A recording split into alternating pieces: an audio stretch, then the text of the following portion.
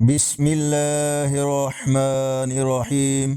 السلام علیکم ورحمۃ اللہ وبرکاتہ۔ اس ویڈیو میں پاکستان کے تمام بڑے شہروں کے سحر و افطار کے اوقات شامل ہیں۔ ان اوقات کو اپنے دوست احباب واٹس ایپ، فیس بک اور دوسرے سوشل میڈیا پلیٹ فارم پر شیئر کریں تاکہ تمام اہل ایمان سحر و افطار کے صحیح اوقات سے آگاہ ہو سکیں۔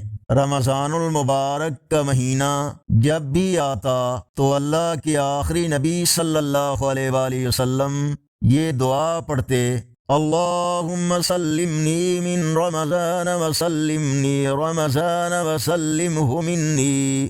اے اللہ، مجھے رمضان شریف میں سلامت رکھ اور رمضان شریف کو میرے لیے سلامتی والا بنا اور اس کو مجھ پر سلامتی کے ساتھ گزار۔